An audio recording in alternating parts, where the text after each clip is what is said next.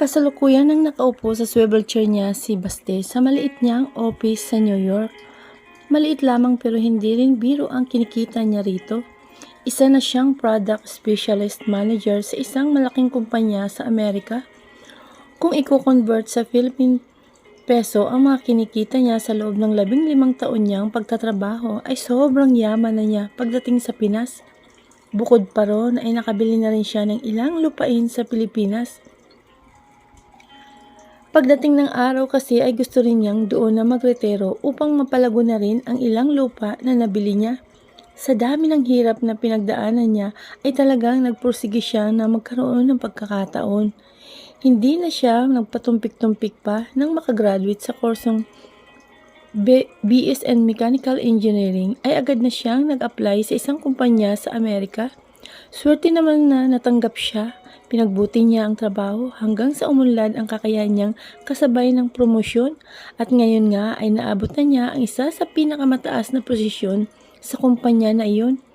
Tunay nga na kapag may tiyaga, may nilaga, isang kasabihan ng matatanda noon at nai-apply niya sa buhay niya. Pinagmamasdan niya ang kabuuan ng maliit niyang office nang mag-ring ang cellphone niya. Ang kanyang ama-amahan na si Don Amado Salvador ang lumabas sa caller screen kaya naman agad niya itong sinagot. Hello po, Papa. Nakasanayan na niyang tawagin itong Papa dahil yun ang gusto nitong itawag sa kanya. Hey, Iho, kumusta ka na? Okay naman po, Papa. Kayo po, kumusta na po? Nakangiti na sagot niya kay Don Amado. Okay naman kami, Iho. Kaya lamang ay may hihilingin ako sa'yo. Ano po yun, Papa? Nagtataka niyang tanong dito dahil hindi ito ang klase ng tao na hihingi ng pabor sa kanya. Kilala niya ito. Isa ito sa taong kilala niyang matatag. Hindi na ako magpapalagoy-ligoy, Iho. Gusto ko sana maikasal kayo ni Celestine ko sa lalong madaling panahon. Pero bakit po, Papa? Tanong niya sa kabilang linya na kumunot ang noo. Sebastian, baon ako sa utang. Iilitin ng bangko ang hasyenda. Yun na lamang ang tanging pinagkukunan namin ng ikabubuhay dahil naibenta ko na ang mga ibang lupain ko. Mabilis na nakapag-isip si Sebastian. Kung yun lang naman po pala, Papa, ang problema ay mapapahiram ko po kayo pantubo sa hasyenda at hindi niyo po kailangan na bayaran. Sincere na wika niya dito. Hindi ito tungkol sa hasyenda, Iho. Ikaw lamang ang gusto ko para kay Celestine ko. Kahit sa telepono lamang niya ito nakakausap, ay tila nakikita niya ang mukha nito. Hindi ito klase ng tao na nakikiusap. Pero Papa, protesta niya. Iho, ngayon lamang ako humiling sa'yo. Sana wag mo akong ipahiya. Mariin at maautoridad nitong wika. Sige po, kailan niyo po gustong idaos ang kasal? Saad niya. Sa susunod na 2 linggo, Sebastian, para maihanda lahat ng kailangan na ayusin para sa inyong kasal. Gusto ko na maikasal kayo sa simbahan. Nais ko na mabasbasan kayo sa simbahan. Sapat na panahon na yun para maayos mo ang mga dapat mong ayusin diyan. Sige po, Papa, darating po ako. Magalang na sagot niya rito.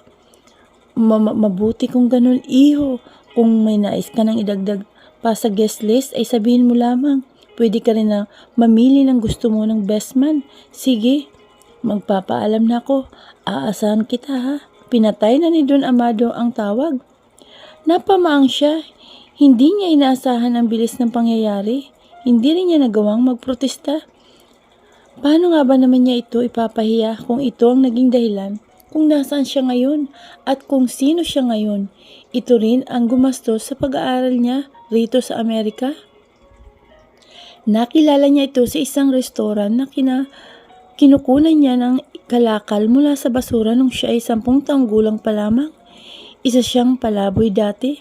Kasalukuyan siya noon na kumukuha ng kalakal sa basura na nasa gilid ng restoran noon. Nakita niya na kumakain ang palagay niyang mag-ama. Nung una ay nakaramdam siya ng inggit sa batang babae dahil asikaso ito ng gusto ng kanyang ama habang kumakain. Napakasarap pagmasdan ng tagpo na nasaksihan niya na yun.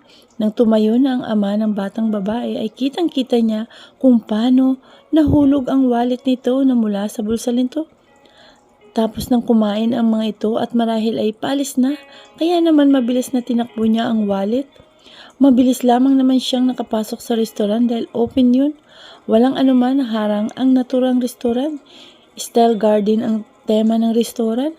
Halaman lamang ang nagsisilbing bintana sa paligid at ang pinaka-entrance nito ay open. Agad niyang kinuha at sinundan ang may-ari ng wallet. Tanaw niya na nasasakay na ito sa kotse nila, kaya naman agad-agad na binilisan niya ang takbo. Mabuti na lamang at mabagal pa ang patakbo sa kotse dahil kasalukuyan pa lamang napalabas ito sa parking ng naturang restaurant at may mangilan-ngilan pa na sasakyan na nauna rito at kasalukuyan din napalabas. Sa wakas ay naabutan niya ito. Hinihingal man ay dali-dali niyang ikinatok ang bintana ng kotse at binuksan naman ito ng taong nakahulog ng pitaka. Akala siguro nito ay hihingi siya ng limos. Kaya naman pagbukas ng bintana nito ay agad na inabutan na siya ng 10 piso na papel. Kulay brown pa ang kulay ng 10 piso at mataas pa rin ang halaga nito noon. Kaya naman marami ka nang mabibili sa halagang inabot sa kanya. Tunay na mabuti ang puso ni Don Amado. Sa kasalukuyan na panahon ngayon ay barya na lamang ang 10 piso. Sa halip na kunin niya ang inabot nito ay ipinakita niyang wallet dito at sinabing, Manong, naiwan po ang wallet niyo kanina.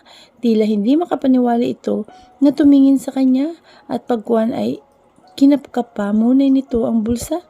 Na masiguro nito na wala ang wallet sa bulsa ay kinuha nito sa kamay niya ang wallet. Salamat iho, wika nito. Wala naman anuman po, sagot niya at tumalikod na siya para balikan ang kanyang mga kalakal na iniwan niya kanina. Lingid sa kanyang kaalaman ay bumaba pala ito ng kotse at sinundan siya. Nasa likod na pala niya ito kaya pagharap niya ay kamuntikan pa siyang mabangga rito. Napakataas nito. Tansya niya ay nasa 6 na pulgada ito. Pasensya na po kayo, wika niya at tiningala ang nabangga niya. Kayo po pala, Manong. Pasensya na po kayo. Nagsimula na siyang maglakad pero tinawag siya nito. Boy, sandali lang. Anong pangalan mo? Humarap siya rito. Ako po si Sebastian po, Manong. Saan ka umuwi? Lumapit na ito sa kanya at sinabayan siya sa paglalakad. Wala siyang maapuhap na sasabihin dito. Saan nga ba siya umuwi? Kung saan kasi siya abutan ng dilim, ay doon siya mahihiga at kapag nalamang may mga pulis sa paligid na umiikot para manghuli ng mga batang pakalat-kalat sa daan, ay kakaripas na siya ng takbo. At magtatago na siya. Minsan na siyang nahuli ng pulis at dinala sa ampunan. Ayos naman sanang trato ng mga madre sa pinagdalhan sa kanya sa ampunan. Kaya lamang ay nung minsan na natutulog siya, ay pinagtulungan siya ng mga kapwa-bata niya sa ampunan. Binugbog siya ng mga ito kung yun nga ang mga angkop na salita sa ginawa sa kanya. Biktima siya ng bullying. Napagsabihan naman ng madre ang grupo ng kabataan na gumawa sa kanya ng hindi maganda at pinarusahan ito. Subalit hindi roon natapos yun dahil sa kabila noon ay naulit muli ang pangbubuli sa kanya. Kaya naman, nung minsan na nakaligtaan ng isang madre na isara ang gate, ay dali-dali siyang lumabas. Lakad at takbo ang ginawa niya upang agad ay makalayo siya sa ampunan. Kung saan-saan siya napadpad, tunay na napakahirap ng pinagdaanan niya. Pati ang paghahanap ng makakain sa basura ay naranasan niya. Nagsimula yun nang mamatay ang kanyang nanay. Nabangga ito ng isang kotse. Minsan na ito ay magtinda nang inilalako nitong kakainin sa daan. Ang masakla pa ay tinakbuhan ito ng nakabangga. Bago ito namatay sa ospital kung saan siya dinala na may mabuting puso na nakasaksi sa nangyari, ay nagawa pa nitong magsalita. Si Tia Linda mo, wika nito habang naghihingalo at hawak nito ang mukha niya. Nang magsalita pa sana ito ay bigla na lamang ito nalagutan ng hininga. Inay! Pumalahaw talaga siya ng iyak habang nakahawak sa wala ng buhay na nanay. Bakit kailangan mawala ang kaisa-isang taong nagmahal sa kanya? Tandang-tanda pa niya ang sakit na nararamdaman niya nung araw na mawala ang kanyang nanay. Ang nanay lamang niya ang mayroon siya, na wala pa. Hanggang sa mailibing ito ay hindi pa rin niya lubos na mapaniwalaan ang bilis ng pangyayari. Simula nang mamatay ang kanyang nanay ay siya at si Tia Linda na siya nitong nagpatira sa kanya sa bahay nito. Wala na siyang tatay dahil 1 taon pa lamang daw siya ay namatay na ito. Napulmonya raw ito ayon sa kanyang inay. Ibininta ng Tia Linda niya at nang kinakasama nito ang kanilang bahay. Katwiran nito ay wala naman na raw tumatao roon, kaya sayang lamang daw at baka masira. Noong una ay mabait ito sa kanya, ngunit hindi naglaon ay naging mainitin ang ulo nito. Sa tuwina ay napagbuntunan siya nito ng galit na kapag natalo ito sa sugal, lulun sa sugal ang kanyang tiya at ang kinakasama nito, kaya naman nabubugbog siya ng mga ito sa tuwing matatalo. Kaya naman nung minsan nautusan siya ng mga ito para mamalengke ay naisipan niyang hindi na bumalik pa sa mga ito. Sumakay siya ng jeep na hindi niya alam kung saan patungo. Isa lamang ang nabuo sa isip niya ng mga panahon na yun at yun ay ang makalayo sa kanyang tiya. Magmula noon ay namuhay siya sa kalye pero ayos lang naman sa kanya. Wala siyang permanentang mauuwian, basta roon lamang siya sa lansangan dahil mas naging panatag pang loob niya. Basti, wala po akong uuwian. Manong, kung saan po ako abuti ng dilim, ay doon po ako, wika niya kay Don Amado. Wala ka bang magulang? Mababa ka sa mukha nitong awa sa kanya. Wala po manong, sagot niya at yumuko. Kamag-anak kaya? Wala po, sagot niya habang tudo ang iling niya. Ayaw na niyang isipin na may kamag-anak pa siya dahil masaya na siya sa kalagayan niya. Wala bang naghahanap sa iyo, iho? Curious pa na tanong nito. Wala po. Sige po, maiwan ko na po kayo. Natakot siya rito bigla dahil baka ibalik siya nito sa Tia Linda niya. Nagsimula na siyang humakbang palayo rito, pero mabilis siyang hinawakan ito sa kamay. Huwag kang matakot, iho. Lumuhod ito sa harapan niya. Kung wala nang naghanap sa iyo, gusto mo ba na sa akin ka na lamang manirahan? Isasama kita sa bahay ko. Nagdududa siyang tumingin dito. Hindi na po, manong. Maayos naman pong buhay ko rito sa kalye. Tanggapin mo sanang alok ko, iho. Hindi ako masamang tao. Hindi kita sasaktan. Paniniguro nito sa kanya. Bilang pasasalamat ko na rin sa pagbalik mo sa wallet ko. Huwag ka nang mag-alala, iho. Mas magiging maayos ang buhay mo sa bahay ko. Doon ay hindi ka mababasa pa ng ulan. May maayos ka ng tutulugan at pwede ka pang makabalik sa pag-aaral mo.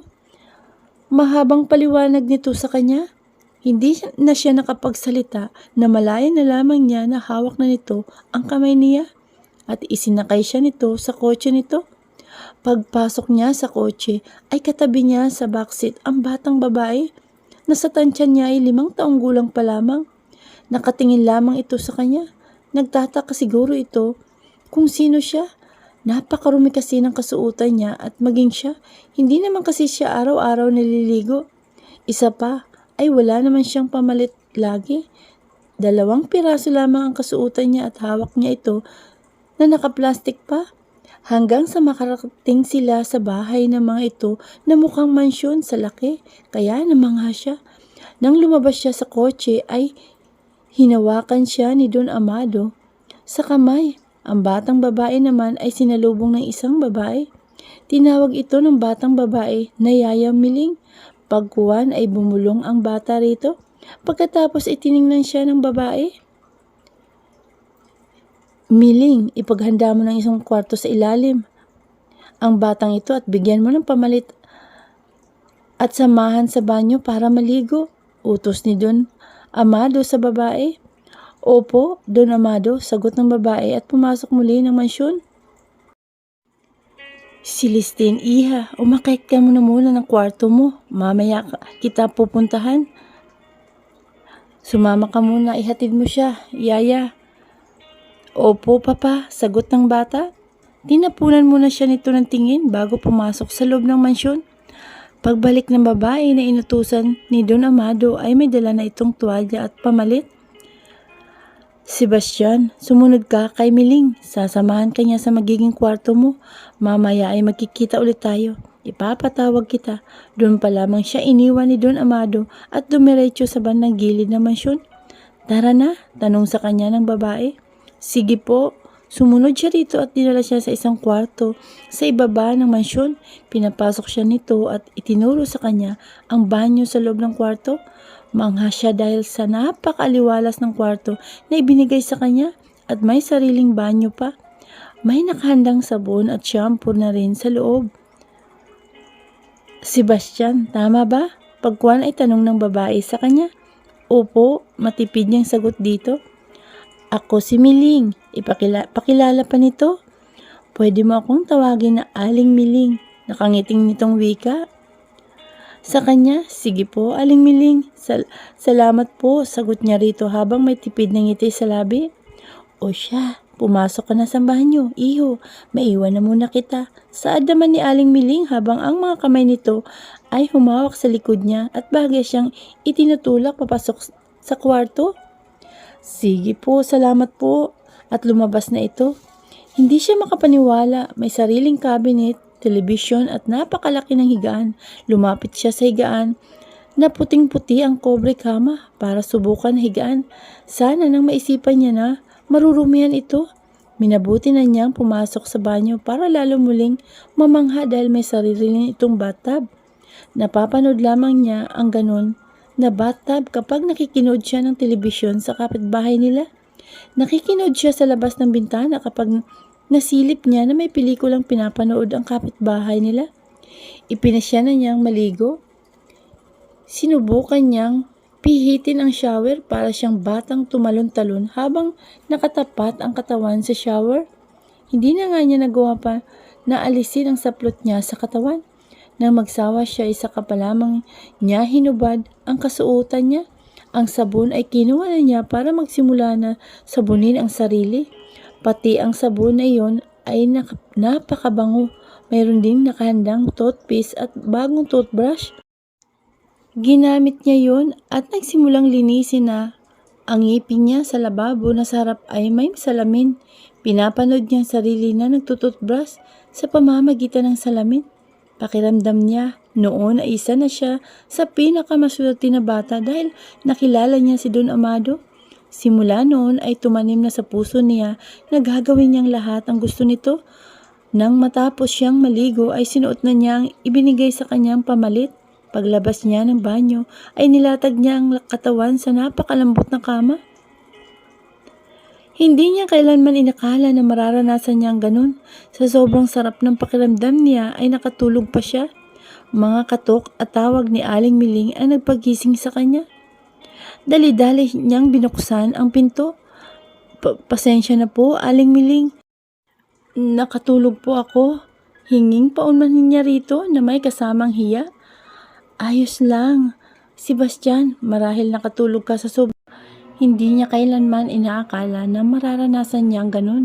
Sa sobrang sarap ng pakiramdam niya ay nakatulog pa siya. Mga katok at tawag ni Aling Miling ang nagpagising sa kanya. Dali-dali niyang binuksan ang pinto. Pasensya na po, Aling Miling. Nakatulog po ako. Hinging paunmanin niya rito na may kasamang hiya. Ayos lang. Basti, marahil nakatulog ka sa sobrang pagod. Pinatatawag ka nga pala ni Don Amado. Oras na ng hapunan. Halika na. Nakangiti nitong wika at nauna na sa paglalakad. Sumunod na siya rito hanggang sa makarating sila sa dining area ng mansyon. Puro pagkamangha ang nadarama niya ng araw na yun. Sagana sa pagkain ng hapag. Oh, iho, nakapagpahinga ka na ba ng maayos? Maupo ka na rito sa tabi ko. Wika ni Don Amado sa kanya. Nahihiya na napaupo siya. Kaharap niya sa mesa ang batang babae habang tinabihan ito ni Aling Miling. Kimi niyang nginitan ito at malas ay wala itong reaksyon. Nakatingin lamang ito sa kanya. Opo, Don Amado, pasensya na po, nakatulog po ako. Walang problema kung nakatulog ka dahil para sa iyo ang kwarto na yun. Nakangiting wika nito sa kanya. Bueno, kumain na tayo. Gutom na ako. Nagsimula na silang kumain. Masaganang kumain sila ng hapunan. Tulad niya ay kumain din si Don Amado gamit ang kamay nito habang ang batang babae ay gumamit ng tinidor at kutsara. Kumain ka na lamang iho. Huwag ka nang mahihiya. Dagdag pa nito. Hindi niya namalaya na napakarami na parami na pala ang kain niya kaya busog na busog siya. Natapos ang hapunan at pagkatapos ay isinama siya ni Don Amado sa library ng mansyon. Pumasok sila at pinaupo siya nito sa isang upuan doon. Ilang taong ka na pala iho? Pagkuhan ay tanong nito habang may kung ano itong kinukuha sa mga nakasalansa na libro sa estante. 10 taon na po, Don Amado. Sagot niya rito habang inililibot niya ang paningin sa kabuuan ng library. Anong buo mong pangalan? Muli tanong sa kanya. Sebastian Valencia po. Pagkuhan ay ibinalik niya ang paningin kay Don Amado. Anong pangalan ng mga magulang mo? Humarap na sa kanya si Don Amado. Arsenia Valencia po at Napoleon Valencia, sagot muli niya at diretsong tumingin sa mga mata nito. Nasaan ang mga magulang mo? Saan ka nakatira? Mababakas sa mga mata nito ang kuryosidad. Pumanaw na po ang mga magulang ko, sagot niya at hindi niya naikubli rito ang lungkot na nadarama niya sa pagwala ng mga magulang niya. Nakatira po ako dati sa Malabon. Wala ka na talagang kamag-anak? Kunot ang noon nito na tanong muli sa kanya. Wala na po, sagot niya na nakayuko. Sige.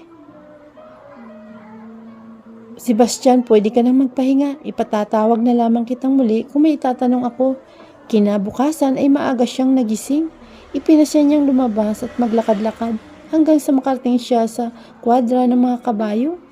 Kasalukuyan na pinapakain ng isang lalaki ang mga kabayo. Pinanood niya ito sa may bintana ng kwadra. Hindi niya namalayan ang pagdating ni Don Amado.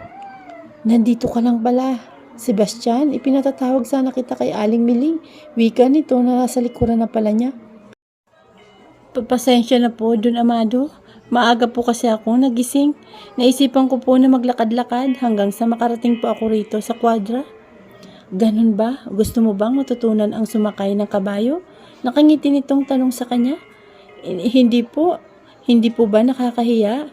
Don Amado, nakatingala niyang tanong. Ano ba namang nakakahiya ron? Sige, minsan ay tuturuan kitang mga bayo. Siguradong hindi ka pa nag-almusal niyan. Sabay na tayong bumalik sa mansyon. Tinapik siya nito sa balikat at pumasok ng kwadra. Tonyo, tapos na ba ang lahat ng ipinapagawa ko sa iyo? Tanong nito sa lalaki habang isa-isang tinitingnan ang bawat kabayo. Opo, Don Amado, sagot nito at humarap kay Don Amado.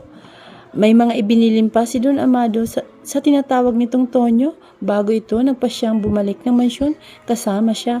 Habang naglalakad sila pabalik ng mansyon, ay maraming kwento si Don Amado. Muli ay isang masaganang almusal ang pinagsaluhan nila. Mabilis na lumipas ang mga araw, personal na tinuruan siya ni Don Amado ng mga bayo. Noong una ay nahirapan siya at nahulog pa nga siya, pero hindi naglaon ay natutunan naman niya. Simula noon, madalas na siya nitong sinasama sa asyenda. Tubo at pinya pala ang tinatanim doon hanggang sa unti-unti ay tinuruan siya nitong ng pasikot-sikot sa asyenda. Hindi naglaon ay in-enroll siya nito sa eskwelahan dahil sa edad niyang 10 taon ay grade 2 pa lamang siya. Hindi akma ang edad niya sa kanyang grade level. Hindi na kasi siya nakabalik sa pag-aaral nang mamatay ang kanyang ina. Hindi na siya nag-enroll o in-enroll ng tiya niya. Katwiran nito ay hindi na raw kailangan. Pinayuhan siya ni Don Amado na pagbutihin ang pag-aaral at sinunod niya ang payo nito. Hindi naglaon ay kinuhanan siya nito ng acceleration test para maging grade 5 na siya. Yun daw kasi dapat ang akma na pinapasukan niya sa edad niya at nagpapasalamat siya sa puong may kapal at naipasa naman niya kaya nakapasa siya sa grade 5 agad. Nang mag-high school siya ay nagtataka siya nang ipahinto siya nito. Yun naman pala ay nais nito na sa Amerika na siya magpatuloy ng pag-aaral. Makakabuti kung sa Amerika ka na magpatuloy, iho. Marami kang matututunan doon na magagamit mo pagdating ng araw. Natatandaan niyang wika nito. Hindi po kaya sobra-sobra na po ang itinutulong niyo sa akin, Papa? Nagsimula na siya tawagin itong Papa dahil yun ang gusto ng Don Amado na itawag sa kanya nito. Ano bang sobrang sinasabi mo, iho? Basta mag-aral ka roon at pagbutihin mo lang yun.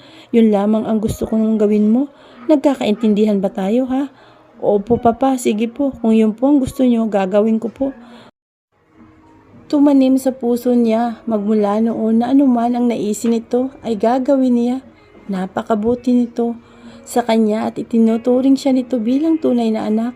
Sa kailawang pagkakataon ay sumaya siya. Ang huling araw kasi na masaya siya ay nang bago maaksidente ang kanyang nanay. Ang kanyang napakabuti na nanay. Kailanman ay hindi siya nito pinabayaan. Namimiss pa rin niya ito. Paano niya ipapahiya ang taong itinuturing siya na tunay na kapamilya at hindi nito siya kahit hindi siya nito kaano-ano? Ipinasya na niyang asukasuhin ang mga dapat niyang ayusin. Hindi niya pwedeng biguin si Don Amado.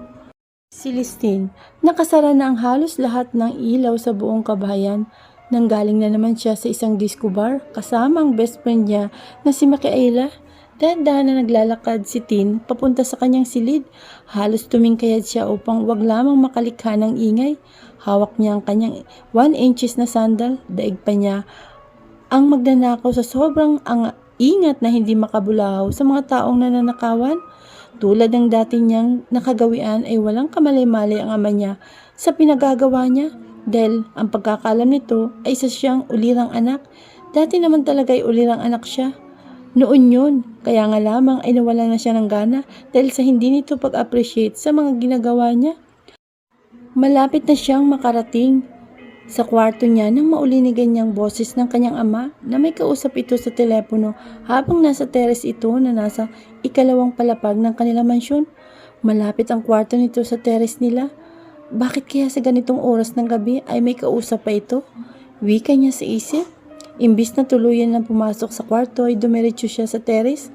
Dahil sa di niya malaman na dahilan ay kusang tinalunto ng kanyang paa ang daan papunta ron.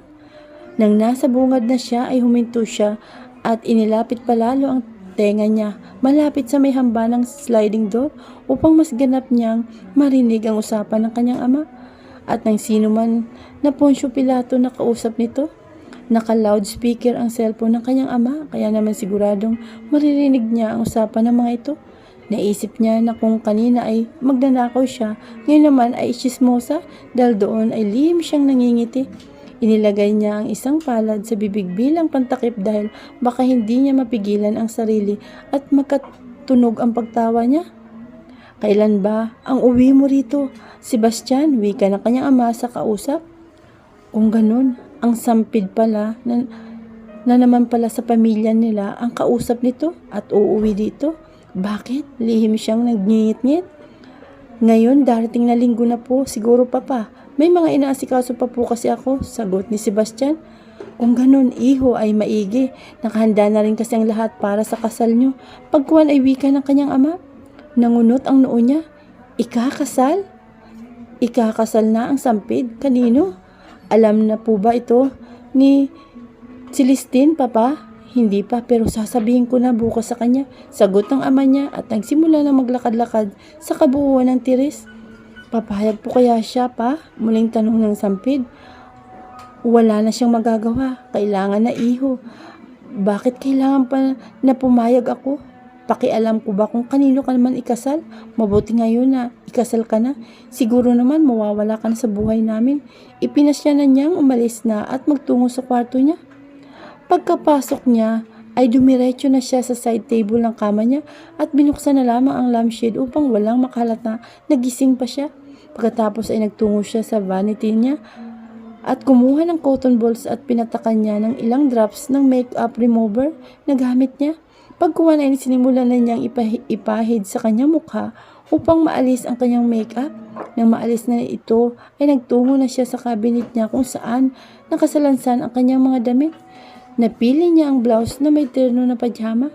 Hinubad na niya ang suot niyang above the knee na cocktail black dress at sinuot na ang kanyang napiling pantulog. Pagkatapos ay binagsak na niya ang katawan sa malambot na kama. Nag-enjoy na naman siya sa disco. Napapangiti pa rin siya at tila nangangarap siya ng gising. Hindi niya akalain kasi na makikilala niya si Denzel Fernandez. Siya ang sikat at trending ngayon sa isang application sa internet. Sumikat ito dahil sa taglay nitong galing sa pagsasayaw. Bukod doon ay gwapo rin ito, kaya naman mabilis na dumami ang subscriber nito at follower sa social media. Isa na rin ito sa kumikita gamit ang social media. Hindi niya talaga ina-expect na totoong gwapo ito sa personal. Nang una kasi ay hindi siya masyadong mangarito dahil iniisip niya na baka katulad lamang din ito ng iba. Gwapo sa picture at video, sa personal hindi. Nadala na kasi siya, nagkaroon siya minsan ng manliligaw. Nakilala niya ito sa isang application social media. Napakagwapo nito sa picture. Kaya naman hinangaan niya ito. At ito rin ay humanga sa kanya. Naging chatmate sila at kalaunan ay naging magkaibigan hanggang sa magsimula na siyang ligawan ito sa online. Kaya naman sinagot niya ito sa online na rin. Pero nang magpa siya na silang mag-eyeball sa isang mall ay nagulat talaga siya sa mukha nito. Malayong malayo ang mukha nito sa picture. Hiyang-hiya siya kay Mika dahil isinama niya pa ito sa eyeball nila para maging chaperon niya at sana ay para ipagmalaki sa kaibigan ang napakagwapo niyang boyfriend. Yun naman pala ay mapapahiya siya. Expectation versus reality ang nangyari sa kanya. Umuwi sila ni Mika na lulugo-lugo at mukhang nalugi sa pinasukan na negosyo. Nag-effort pa man din siya na magpaganda dahil nagpasalon at spa pa siya. Tapos ay bumili pa siya ng bagong branded dress at sandal na isinuot niya ng araw na yun. Yun na nga ang dahilan kaya naman hindi niya masyadong ibinuhos ang paghanga kay Denzel, kaya nasurpresa nga siya na sobrang gwapo rin pala ito sa personal. Nagtungo talaga sila sa club na yun dahil alam nilang darating ito roon sa hiling ni Mika. Crush kasi ito ni Mika, kaya naman kahit may kamahalan ng entrance fee ng araw na yun ay pumasok pa rin sila. Hindi naman talaga siya interesado rito, kaya naman hindi niya ito masyadong pinagukulan ng pansin. Hindi rin siya nagsuot ng bongga, sunod sa agos lamang siya. Kanina kay Mika, nakakatuwa dahil nang lapitan ni Mika ito at nagpa-picture kasama si Denzel ay siya ang naging photographer ng dalawa. Hindi niya expect na napansin siya nito. Ito mismo ang nagpakilala sa kanya at kinuha pa ang cellphone number niya, kaya naman kilig na kilig siya. Napapalibutan din naman ng maraming magagandang babaeng disco na yun. Halos babae nga ang laman ng disco ng araw na yun. Pero siya ang nilapitan, kaya naman sobrang saya niya nang makaupo sila ni Mika sa isang stool sa counter bar habang kapwa sila sumisimsim ng vodka. Sa kani-kanilang shot glass ay siniko siya ni Alex. Best, ano na? Naniniwala ka na ba yan sa akin? Nagwapo talaga si Denzel. Nangingiti ito habang nakaharap sa kanya at iniikot-ikot pa nito ang stool sa upuan na para talaga silang bata nitong si Mika. Marami silang similarite sa ugali. Yun siguro ang dahilan kaya naman naging best friends sila. Turingan na rin nila sa isa't isa ang magkapatid. Nagkakilala sila sa dorm at roommate sila at pareho rin sila ng pinapasukan ng university. Hindi sila pareho ng kurso na kinuha. BS in Agribusiness Management ang sa kanya, samantalang ito naman ay sa Business Management Department from Laguna ang pamilya nito, samantalang siya naman ay sa Bulacan. Pero naging partner sila sa lahat ng bagay. Palagi silang naghihintayan sa isa't isa, sabay silang umuwi at pumapasok sa university na pinapasukan nila at magkatulong din sila sa paggawa ng mga thesis sa isa't isa. Oo nga, gwapo na nga si Denzel. Malay ko ba naman kasi kung talagang gwapo siya o hindi, di ba?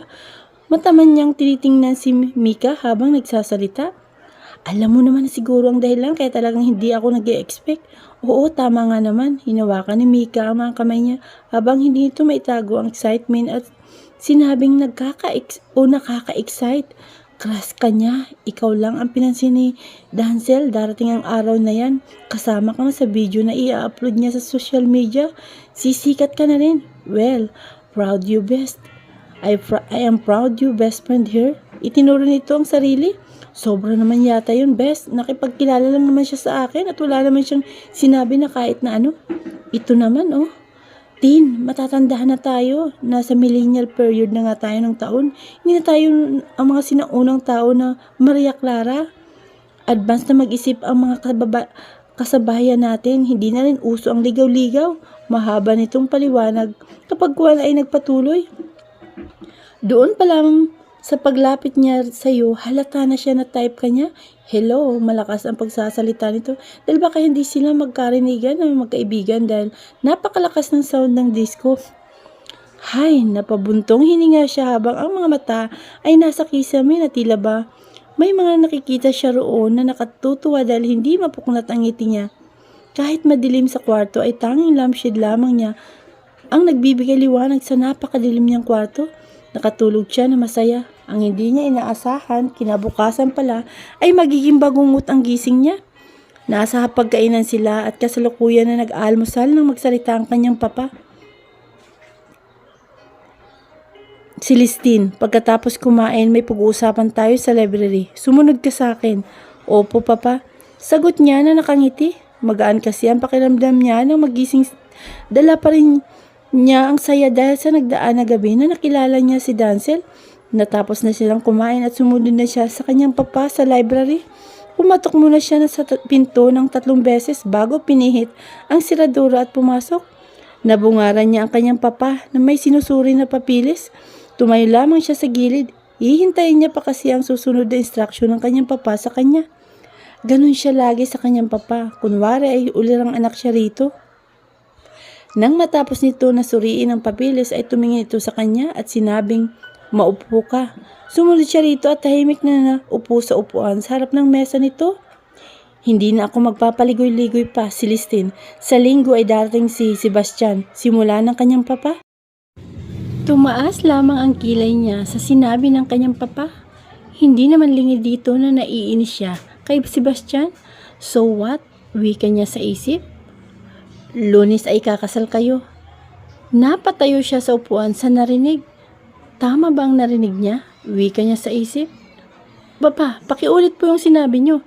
Hindi ko po kasi masyadong naiintindihan. Tama ang narinig mo. Celestine, sa darating na Lunes ang kasal niyo. Nakahanda ng lahat at ayoko nang mapapahiya ako. Mariin at walang gatol na wika nito. Hindi niya alam kung may banta sa himig na yun ng kanyang papa. Teka papa, sandali, baka naman nabibigla kayo sa sinasabi niyo. Biglang nanghina ang mga paa niya, kaya napabalik siya sa pagkakaupo. Ang saya pa niya mula kagabi, tapos yun na ba ang huli? Ito ba ang kapalit ng saya na yun? Muli ay wika niya sa kanyang sarili. Hindi, Tin, matagal ko na itong napag-isipan. Mas mapapabuti ang buhay mo. Kung si Sebastian ang makakatuwang mo, magtiwala ka sa akin, anak. Papa, wala po sa isipan ko ang magpakasal. Nagmamaktol na wika niya rito. Kulang na lang ay magpapadyak siya sa harapan nito. Hindi niya ito direktang masalungat sa gusto nito dahil ayaw niyang masira ang magandang record niya rito kahit papano. Isulat mong papel na yan ang gusto mong maging maid of honor at abay sa iyong kasal. Inilapag ng papa niya sa mesa ang isang big notebook. Kung wala naman ay ako na ang bahala. Mabuti pang maid of honor, papa, at abay, pwede kong piliin. Ang groom, hindi. Pipi niyang wika. Nanlulumong isinulat na lamang yan. Ang maid of honor niyang si Mika, ang best friend niya. Makikita sa mukha ng papa niya ang determinasyon at gusto nito. Sa huli, gusto pa rin niya na maging masunurin na anak dito. Ibinalik niya sa kanyang papa ang big notebook nang maisulat niya ang pangalan na hinihiling nito. Wala ka na bang idadagdag? Wika nito habang binabasa ang isinusulat niya. Wala na po papa, malungkot niyang wika rito. Kung ganun ay maaari ka nang bumalik sa iyong kwarto. Tumalikod ito sa kanya. Sige po papa, malungkot siyang lumabas ng library. Pagkapasok sa kwarto ay hindi siya mapakali. Tinawagan niya si Mika. Yes, hello best. Wika ni Mika na sa tansya niya ay kagigising lamang nito at baka nagising lamang ito sa tawag niya. Bes, hindi niya alam kung paano niya sisimulan ang sasabihin dito. Ano nga? Dinig niya na naghikab pa ito. Ikakasal na ako sa Lunes. Ano? Biglang nawala ang antok nito sa narinig mula sa kanya. Ikakasal na ako. Ulit niya sa mahinang boses. Teka, hindi kita maintindihan. Anong kasal? Is this kind of a joke? Well, sige best, I'm starting to laugh. Is this kind of a joke? Well, sige best, I'm starting to laugh. Wika pa nito at kasalukuyan na itong tumatawa sa kabilang linya. Sana nga joke best, mahuluha-luha na siya. But it's not. Arranged marriage to best. At alam mo ba kung kanino? Kay Sebastian. Sa sampid na yon. Of all people? Hindi lingid kay Mika ang disgusto niya kay Sebastian. Tuluyan na siyang humagulhol. Paano ba naman sa pinakaayaw pa niyang tao siya ikakasal? Sino bang matutuwa ron? Sabi nila kapag ikinasal ka masaya. Bakit siya hindi? Pakiramdam niya ay bibitayan na siya. Nakaramdam ng awang kaibigan na si Mika sa kanya. Mabilis itong nakapag-isip ng paraan. Huwag mong siputin best. Wala na siyang magagawa ron. Sana nga ganun lamang kadali. Inunahan na ako ng papa. Hindi ko siya kayang ipahiya best. Teka, nasan ka ba niyan? Nag-aalalang wika nito. Sa bahay. Tamad niyang sagot. Sige, magkita tayo sa same place. Maliligo lang ako. Okay, sige best. Sagot niya at tinapos na nila ang usapan. Nagkita sila sa paborito nilang coffee shop sa Manila. Kasalukuyan na silang nakaupo sa isang table at hinihintay lamang nila ang order. Anong gagawin ko best? Malungkot niyang tanong kay Mika. Iyon nga sana, huwag mo siputin. Ang kasal niyo, malungkot din yun itong sagot. Hindi ko kayang ipahiya ang papa. Ayaw ko siyang i-disappoint. In that case, tuloy ang kasal mo. Wala ka bang ibang naisip na paraan? Drained na ang utak ko, best. Hindi ko na alam ang gagawin ko. Saan nito na mababakas ang stress sa magandang mukha? Iayaw mo namang umurong. Ano pa ba naman ang gagawin natin? Alam mo, i-enjoy mo na lang ang kasal mo. Once in a lifetime lang ang kasal. Hindi ba? Wika na lamang nito sa kanya.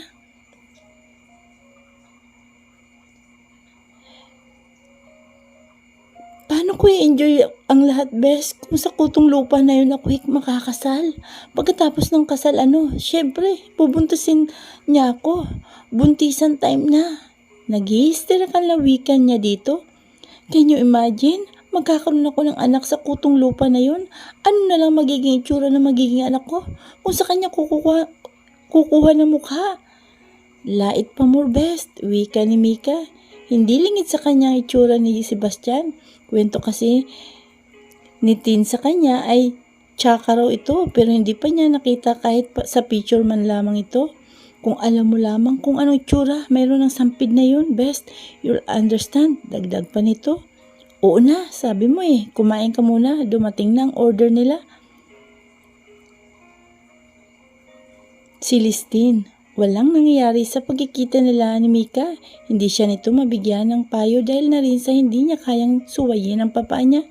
Nang nasa kwarto na siya ay nagmuni-muni siya. Naisip niya na kung pakakasal siya kay Sebastian, hindi malayong magbuntis siya at ayaw niyang magkaanak sila nito. Kawawa naman na magiging anak niya kung magiging kamukha nito. Nakakainis talaga, wika niya sa sarili. Nahiga na siya at nag-iisip. Teka, what if magpabuntis na lamang ako sa iba? Wika niya sa sarili. Kesa naman sa kanya ako mabuntis, ano kaya magiging reaksyon nito kapag nalaman na buntis siya bago pa man sila makasal?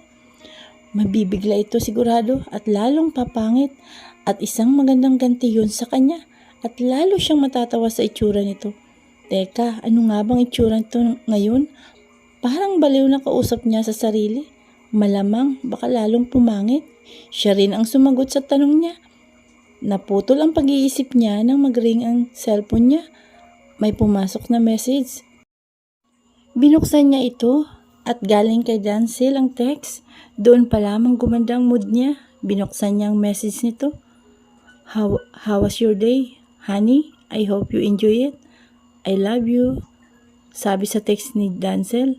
Talaga ba? Nangingiti niyang wika sa sarili. Kinikilig siya, kaya naman nag-reply siya agad dito. My day is good. How about you? I love you too. Reply naman niya sa English na text. Hindi na siya nagpapakipot pa syempre. Sumagot na rin siya ng I love you. Actually, hindi niya sigurado kung tama ang grammar niya dahil mahina talaga siya sa English. Pero palagay naman niya ay maiintindihan ito ni Dancel. And I call you later. I have something to do. I miss you. Reply nito. Nang lumuhod siyang muli, busy na naman siguro ito. Marami na rin kasi itong mga appointment bunga ng pagiging sikat sa social media. Nahiga na siya muli at nag-iisip na may pumasok muling ideya sa kanya. Teka, what if ay magpabuntis na lamang ako kay Dancel? Siguradong maganda ang kalalabasan ng lahi namin. Kaysa naman sa kutong lupa na yun, ako mabuntis. May naisip na siyang ideya kaya tinawagan niya si Mika. Hello Best, wika ni Mika sa kabilang linya. Best, may naisip na akong paraan. Excited na wika niya rito. Ano? Malakas ang boses na tanong nito sa kanya. Nagpanting ang tenga nito sa sigaw nito kaya nailayo niya ang cellphone sa kanyang tenga. Pagkuhan ay binalik din niya muli ito sa tenga niya.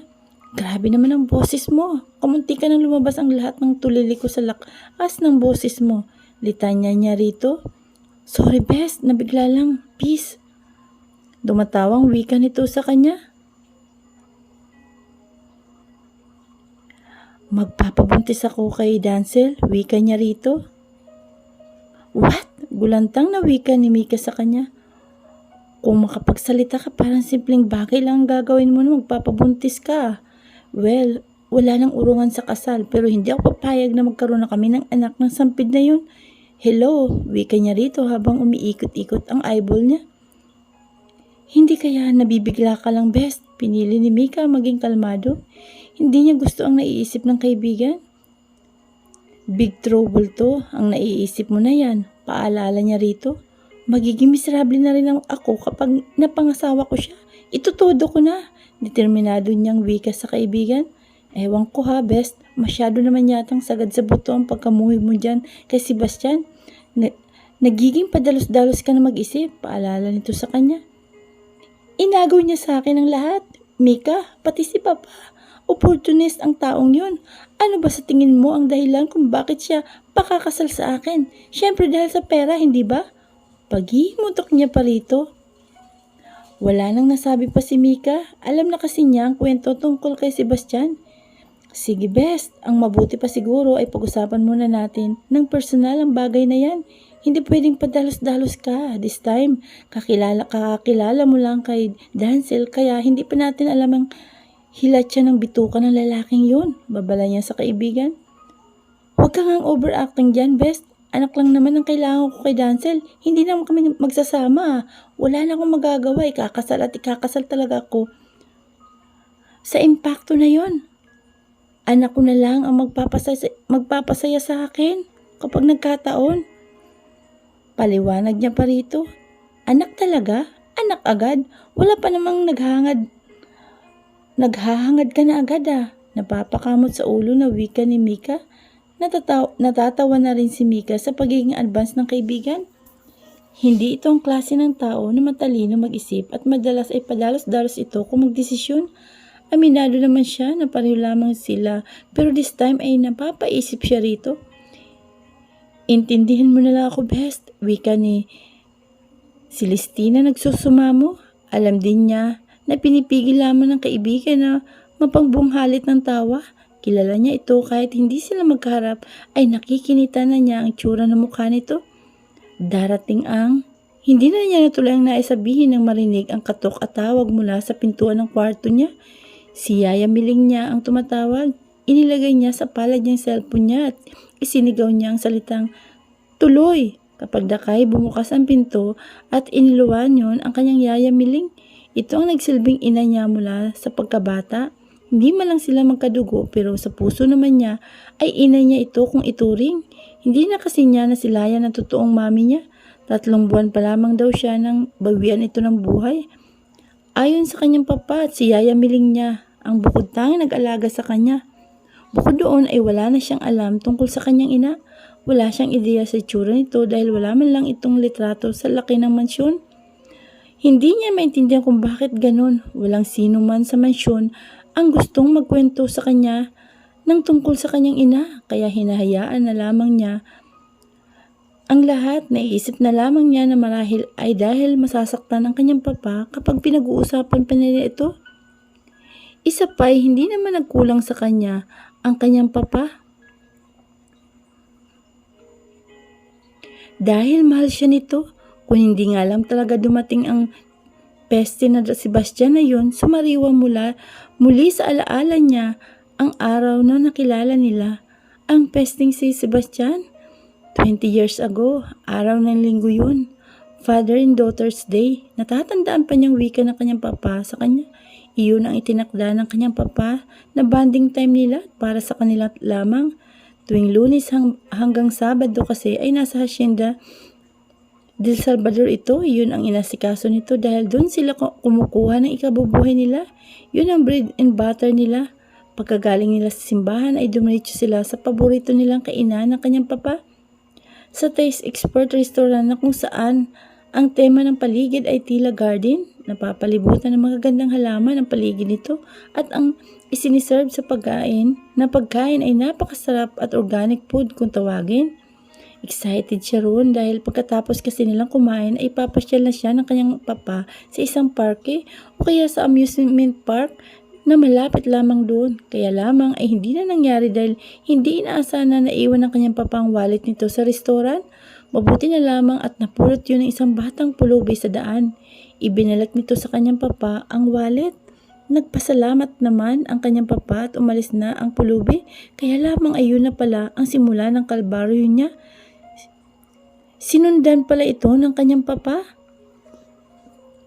Temyong, sandali lamang, wika ng kanyang papa sa driver niya. Ihinto mo muna sa gilid ang sasakyan. Utos pa nito. Sumunod naman si Mang Temyong sa utos ng kanyang papa. Dito muna kayo ni Celestine, babalik din agad ako ha. Bumaba na ang kanyang papa. Tinanaw lamang niya ito mula sa loob ng kanilang sasakyan. Hindi siya umalis sa bintana at nakadungaw lamang siya. Hinihintay niya ang pagbabalik ng kanyang papa. Lumipas ang ilang sandali ay natanaw na niya na paparating ang kanyang papa. Napakunot ang noo niya nang matanaw ito na kasama ang pulubi na nagsauli ng wallet ng kanyang papa. Nang malapit na ang mga ito ay napansin niya na hawak ng kanyang papa ang kaliwang kamay ng pulubi at nang makarating ang mga ito sa kung saan sila nakapark ay pinapasok ng kanyang papa ang pulubi sa kanilang sasakyan. Hanggang sa makarating na sila ng mansyon, ipinagamit pa narito ng kanyang papa ang isang guest room sa ibaba ng mansyon. Wala lamang sa kanya noong una ang espesyal na trato ng kanyang ama kay Sebastian, kaya lamang habang lumalaki siya at nagkakaisip ay nakakaramdam na siya ng selos kay Sebastian. Hindi na kasi siya na ipapasyal pa ng kanyang papa magmula nang dumating ito sa buhay nila. Iyon ang huling banding nila na mag-ama na silang dalawa lamang. Magmula nang dumating ang Sebastian na yun ay lagi na itong kasali sa paglabas nila. Ang nakakainis pa ay puro ito na lamang ang sinasama ng kanyang papa sa hacienda. Tinuturuan pa ng kanyang papa ang Sebastian na yun ng mga bayo. Madalas ay naiiwan siya sa yayamiling niya.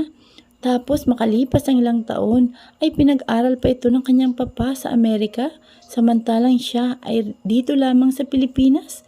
Napaka-unfair ng lahat. Doon na rin siya nagsimulang magrebelde. Hindi nga lamang lantaran dahil lihim ang ibang mga ginagawa niyang paglalakwa siya, pati na rin ang klase ng kanyang pananamit kapag hindi nakikita ng kanyang ama. Buong akala nito ay Maria Clara pa rin siya, pero ang totoo ay hindi na. Sa loob ng mansyon lamang siya matino, pero kapag nasa labas siya ay ginagawa na niyang lahat ng maibigan niyang gawin. Sa kabila pa rin ng lahat ay mahal niya pa rin ang kanyang papa. Celestine, binili nga pala ng iyong papa na darating mamaya ang designer na gagawa ng susuot mong wedding gown. Wika ni Yaya Miling sa kanya. Susukatan ka na at pati na rin ang maid of honor mo, kaya papuntahin mo na raw dito. Mamayang 3:00 ay nandito na raw ang designer. Pagpapatuloy pa nito. Okay po, Yaya Miling, sige. Walang ganang tugon niya rito. Pati ang wedding gown ay susuot niya ay pre-made na. Susukatan lamang sila tapos kung sakali i-adjust na lamang ang gown. Sa mga abay naman ay napag-usapan na nila ng kanyang papa na kukuha na lamang sa mga anak ng trabahador nito sa pinyahan para raw maging masaya. kahit papano ang mga anak ng trabahador. Imbitado kasi ang halos lahat ng trabahador ng hasyenda. Minsan naiisip niya tuloy na para talaga sa trabahador ang kasal niya. Mapakla na napangiti siya. Wala naman siyang magawa kundi ang sumang-ayon na lamang sa kanyang papa. Sige, maiwan na muna kita dito, iha. May iniutos pa sa akin ang iyong papa. Wika nito at tinapik siya sa balikat bago lumabas ng kanyang kwarto. Hindi lingid dito na ayaw niya si Sebastian na yun. Paglabas nito ay ibinalik niyang muli ang cellphone sa tainga niya. Hello best, nandiyan ka pa ba? Tanong niya kay Mika. Oo, nandito pa ako, sagot nito. Mamaya na tayo mag-usap. Muli ha? Pumunta ka raw rito at susukatan tayo ng designer. Dito na natin pag-usapan ang mga plano natin, saad niya. Sige best, maliligo lamang ako at pagkatapos ay didiretso na ako riyan. Wika nito at pinatay na nito ang call. Makalipas ang 2 oras ay dumating na ang kanyang kaibigan na sakay ng sariling kotse nito. Sinalubong niya ito sa harap ng kanilang mansyon at kapag kuwan ay nagbeso-beso silang dalawa. Nakasuot ito ng kulay orange na spaghetti strap na blouse at maikling short habang nakabuhaghag ang alon-alon nitong buhok. Nandiyan na ba ang designer best? Tanong nito sa kanya habang magkaagapi sila sa pagpasok sa loob ng mansyon at diretso sa kanilang living room. Wala pa, paparating pa lang, wika niya rito at pasalampak na naupo sa sopa. Ganun ba? Wika nito. Naupo na rin ito sa sopa habang ang shoulder bag nito na kulay rosas naman ay nilagay nito sa maliit na glass table sa gilid. Maya-maya dumating ang yaya miling niya buhat sa kusina at may dalang orange juice at sandwich na nasa tray. Hello po, yaya miling. Bati ni Mika rito. Kilala na rin kasi siya nito. Magandang hapon sa iyo, Mika. Ganting bati sa kanya ni yaya miling. Magmerienda muna kayo ni Celestine. Saad nito. Inilapag na nito ang merienda sa isang mesa na nasa bandang gilid ng single sopa. Salamat po, yaya. Wika ni Mika rito na nakangiti. Walang anuman, Mika. Paano? Maiwan ko muna kayo ni Celestine ha? At may gagawin pa ako sa kusina. Saad nito na nakangiti. Tumalikod na ito pagkatapos ay nagtungo sa kusina. Hay, nakakapagod mag-isip best. Umpisa niya nasabi kay Mika. Bakit naman kasi iniisip mo pa? Alam mo na palang nakakapagod. Sagot naman ito sa kanya. Hindi ko maiwasan best eh. Napapakamot sa ulo na tugon niya. Torture talaga ang Sebastian na yan sa buhay ko. Dagdag pa nito. Hindi na napigilan ni Mika ang matawa sa itsura ni Tin. Tawa pa more best, sabi ni Tin kay Mika na nakasimangot dahil sa pagtawa nito. Sorry best, hingin pa umanhin nito sa kanya pero patuloy pa rin sa pagtawa ito. Matatapos pa ba ang pagtawa mo? Seryosong tanong niya kay Mika para matigil na ito. May pagkabungis-ngis din kasi ito kapag tumawa ay diretso. Dire-diretso. Nagilty na naman agad si Mika na makita na seryoso na ang kaibigan. Sorry best, hinga nito nang paumanhin sa kanya at pagkuhan ay umayos na. Ano ba ang plano mo? Tanong ni Mika sa kanya pagkatapos ay kinuha ang isang baso na orange juice at ininom. Magpapabuntis nga ako kay Dancel. Hindi ba at sinabi ko na sa iyo kanina sa telepono? Iritableng sagot niya kay Mika. Seryoso ka talaga sa ideya mo na yan, best ha? Tanong naman muli nito sa kanya. Hindi na nito pinansin ang iritasyon sa tinig ng kaibigan. Alam nitong kailangan na pahabain niya ang pasensya rito. Oo best, wala naman akong pagpipilian. Ibibigay mo instantly ang virginity mo kay Dancel? Tanong naman muli nito sa kanya na nakamulagat pa ang mga mata at nakatingin sa kanya. Oo, kaysa naman sa Sebastian na yun. Kung ibigay, ano siya? Siniswerte? Manigas siya. Tugon niya habang nakahulukip-kip. Kaluka ka naman best. Tanging sambit naman ni Mika kay Tin. Akala kasi ni Mika kaninang kausap niya ito sa telepono ay nabibigla lamang ito sa mga sinasabi dahil masama pa ang loob nito. Naiintindi naman kasi ni Mika ang sitwasyon nito. Nakatakda itong ikasal agad-agad tapos sa pinakaayaw pa nitong tao. Naputol ang pagmuni-muni ni Mika nang lumapit muli si Yaya Miling sa kanila at sabihin na dumating na ang designer ng gown at nakasunod na ito sa likuran ni Yaya Miling. Hello, good afternoon po. Miss Celestine at Miss Mika, nakangiting wika sa kanila ng designer na may hawak na malaking bag sa kanyang kamay. Pamilyar ito sa kanya. May butik ito sa bayan at malapit ang pwesto nito sa palengke. Nakaramdam na naman siya ng awa sa sarili. Akala pa naman niya ay bigati na designer ang kinuha ng kanyang papa. Bumangon na naman ang inis niya sa mga nangyari sa kanya. Ako nga po pala si Percy, pakilala nito sa sarili. Inilahad pa nito ang palad sa kanyang, ngunit hindi niya ito pinansin. Napilitan na lamang nitong ibaba ang palad nang wala ni isa man sa kanila ni Mika ang nag-react o umabot ng palad nito. Sa bagay, kakilala na rin naman ito sa mukha at pangalan ang dalawang dalaga dahil madalas nitong makita dati ang dalawa sa bayan. Iba nga lamang sana yung makilala nito ng formal ang mga dalaga. Heto nga po pala ang brochure ng pwede po nyo na pagpilian sa design na gusto nyo po sa wedding nyo. Magalang na wika na lamang ng designer habang binubuksan ang zipper ng bag at kinukuha ang tinutukoy nitong brochure. Nang makita ito ay agad na iniabot kay Tin. Kilala na kasi nito si Celestine dahil sikat ang pamilya Salvador sa lugar nila. Oo nga pala, tugon ni Celestine dito at kinuha ang brochure na iniabot nito sa kanya. Maupo ka. Formal na panyaya ni Celestine dito. Pili ka lang na maibigan mong ng design dyan. Miss Celestine, nakangiting wika nito sa kanya. Pinagbasta nito ang korte ng katawan niya habang busy siya na tumitingin sa brochure. Sa tansya nito ay halos lahat ng wedding gown na tinahi niya ay mag-fit dito. Maganda kasi ang hubog ng katawan nito. Palagay ko ay hindi na po kayo o hindi na tayo magkakaroon ng adjustment sa wedding gown nyo. Wika nito sa kanya. Ganun ba? Matipid niyang sagot at bagay ang ngingitihan lamang niya ito. Siguradong wala itong ideya na hindi naman talaga niya gusto ang magaganap na kasalan. Pagkuwan ay tiningnan niya si Mika sa tabi niya na nagkunwari na busy sa pagsipat sa hawak niyang brochure na tiningnan niya. Pinili nitong manahimik kaysa magbigay ng opinyon. Opo, Miss Celestine, siguradong mamumukadkad sa kagandahan niyo ang mga likha ko. Pagmamalaki pa nito sa kanya. Nginitian lamang niya ito bilang tugon sa sinabi nito. Alam na niya maganda siya, pero anong sense ng ganda niya kung ang kasama niyang lalakad sa dambana ay isang tikba lang? Nagngingit-ngit ang kalooban niya kapag maalala o naaalala niya si Sebastian. Napakaswerte naman ng mapapangasawa niyo. Talagang swerte siya. Hindi niya namalaya na naging sarkastiko ang tinig niya sa pagkasabi niyon. Kaya nakakunot ang noo na tumingin ito sa dalaga. Pagsiko ni Mika ang nagpaalala sa kanya sa inasal niya.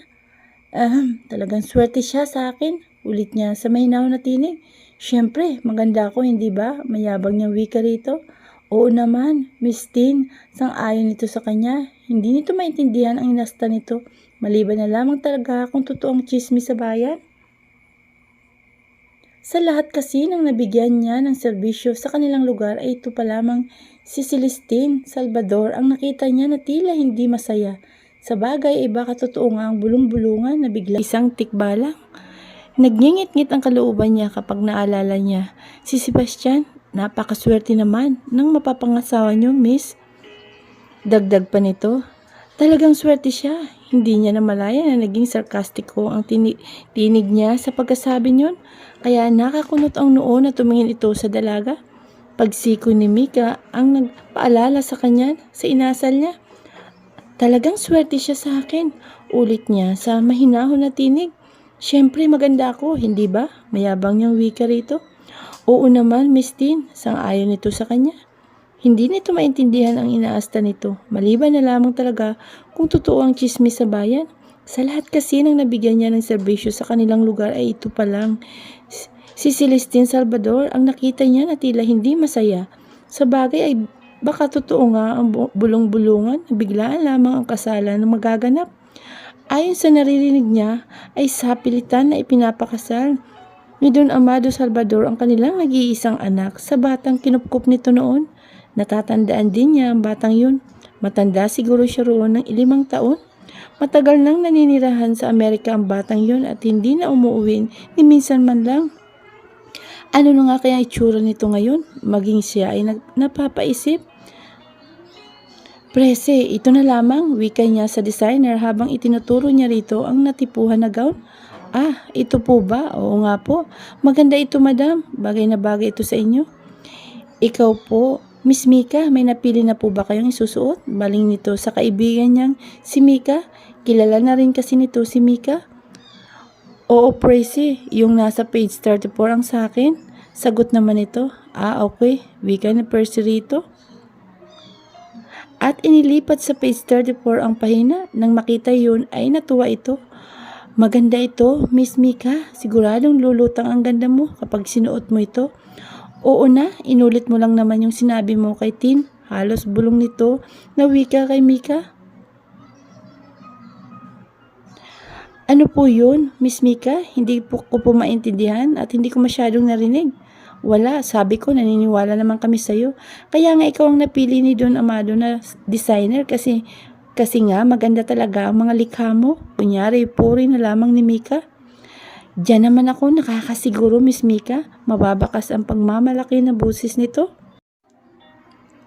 Wala pang nagsabi sa akin na hindi sila nagandahan sa mga likha ko. Nagsimula na ito sa pagtaas sa sarili. Nagkakatinginan na lamang sila ni Tin sa mga pabida nito. Mabuti na lamang at dumating si Yaya Miling na may dala-dala na merienda. Doon pa lamang natigil ang bibig ni Percy. Pagkatapos nitong magmerienda ay sinukatan na sila nito. Nang matapos silang sukatan ay nagpaalam na ito na magtutungo sa bahay ng anak ng mga trabahador nila na kasama na magiging abay. Naiwan sila ni Mika sa sala pero nagpasya sila sa kwarto na lamang sila mag-usap. So, anong totoo mong plano ngayon? Nakapamewang na wika sa kanya ni Mika pagkasara pa lamang ng pinto sa kwarto niya. Siya naman ay humihilata na sa kama niya na tila hapong-hapo. Yun na nga eh. Si Dancel na lamang ang pag-asa ko, sagot niya at nagpagkuhan ay nilapitan siya ni Mika. Naupo ito sa gilid ng kanyang kama. Alam mo, Bes, this time, hindi ko talaga alam kung papaboran ka sa trip mo ha. Wika nito pagkuhan ay tiningnan nito ang mga kuko na marahil ay bagong manicure. Hindi ko ito trip, Mika. Seryoso ako. May bahid ng inis na wika niya sa kaibigan. Hindi naman pinansin ni Mika ang inis niya. Sa kabilang banda ay naintindihan siya nito. Alam nito na hindi ito ang oras para kontrahin niya ang kaibigan. Isa pa ay sinabihan niya ako kagabi na mahal niya talaga ako. Dagdag pa nito, kung ganun, kailan mo talaga balak na ibigay ang perlas kay Dancel? Bukas na siguro, walang gatol niyang wika sa kaibigan. Huwag mo nang tangkain na kontrahin ang sinasabi ko dahil malapit na akong masakan. Sa halip na makasal ang tamang salita na dapat sabihin niya ay masakal ang sinambit niya dahil totoo naman. Talaga naman na masasakal na siya kay Sebastian. Siguradong dilubyo sa buhay niya ang mangyayari kapag naikasal na sila. Sino ba kasing nagsabi na kumukontra ako sa'yo? Iksahiradang wika nito sa kanya. Kaya nga nandito ako para tulungan ka sa kabaliwan mo. Hindi pa ako baliw, malapit pa lang. O siya, dapat planuhin na natin ang gagawin mo. Bukas, kung talagang hindi ka na makapagpipigil pa, wika na lamang ni Mika sa kanya. Sisimulan na natin ang ating mga plano. Aayain natin si Dancel na mag-disco bukas ng gabi. Pagkatapos ay sasama tayo sa place niya. Seryosong wika ni Tin kay Mika. Doon ay pagkakalob mo na instantly ang virginity mo. Tanong pa rin ni Mika kahit obviously ay yun ang plano nila. Oo, ano pa nga ba? What if hindi ka nabuntis? Nagkibit na lamang siya ng balikat at sinabing, okay lang, at least hindi ang pangit na Sebastian ang nakakuha ng virginity ko, no? Okay, sige. Ganun na lamang. Mukhang hindi ka na rin kasi mapipigilan. Ipinisya na nilang tawagan si Dancel. Swerte naman na pumayag ito. In fact, ay tuwang-tuwa ito kaya naman naghanap na sila ng may susuot niya sa cabinet niya. Inilabas niya ang pinakadaring na cocktail dress niya. Para sa disco pa lamang ay mapapainit na niya ito. Araw na ng kasal ni Celestine at ni Sebastian, masaya ang lahat ng tao sa paligid niya. Hindi niya inaasahan na lulutang ang ganda niya sa napakagandang wedding gown. Masayang lumapit sa kanya ang best friend niyang si Mika. Congratulations, best! Nakangiting wika nito sa kanya. Nagbeso-beso sila at pagkuhan ay hinalikan siya nito sa pisngi niya. Maging ito ay lumutang din ang kagandahan sa suot nitong puting-puti na gown. Niyakap siya nito. Salamat best, lumuluhang wika niya sa kaibigan. Hindi niya alam kung para saan ang pagluha niya, basta tumutulo na lamang. Oops, umiiyak ka best. Itigil mo yan ha, gaga. Suway nito sa kanya. Masisirang makeup mo, dagdag pa nito. Hindi ko lang mapigilan best. Pwes pigilan mo. Umalis ito sa pagkakayakap sa kanya at pagkuha na hinarap siya nito. Ano ba naman yan, girl? Ayusin mo nga ulit ang makeup nitong baklang to. Utos ni Mika sa makeup artist pero hindi naman makapaghintay. Aligaga nitong kinuha ang foundation sa tukador. Mabilis na inayos nito ang makeup niya. Nagutos ito pero ito rin mismo ang gumawa. Nakatingin na lamang sa kanilang makeup artist. Marahil ay nahihiya. Ano ba kasing dahilan at iyak-iyak ka pa riyan? Reklamo nito sa kanya habang nire-repair ang makeup niya. Sinuri nitong muli ang mukha niya at okay na. Nang masatisfied ito ay nginitian na siya. Hayan, okay na, wika nito. Muli ay niyakap niya ang matalik na kaibigan. Takang-taka naman si Mika sa kanya. Ano ba talaga ang nangyayari sa'yo? Tanong nito sa kanya. Wala, masaya lamang ako best. Habang yakap-yakap ni Mika ay nakita naman niya na pumasok ng pintuan ng kanyang papa. Napakagwapo nito at larawan ito ng kakisigan. Nakangiti ito sa kanya habang papalapit na. Nakasuot ito ng barong Tagalog. Umalis na siya mula sa pagkakayakap kay Mika. Nagpaalam na rin ito sa kanya na mauna nang bumaba. Tinanguan na lamang niya ito. Napakaganda mo, iha. Puno ng pagmamahal na nakatingin sa kanya ang kanyang papa. Salamat po papa, matipid niyang sagot dito. Ready ka na iha? Tanong nito sa kanya. Opo papa, matipid na wika niya. Kung ganon ay tayo na bumaba. Ini-offer nito sa kanya ang braso at malugod naman ang tinanggap niya. Pagbaba nila ay nasa harapan na ng mansyon nila ang munting karwahe na sasakyan.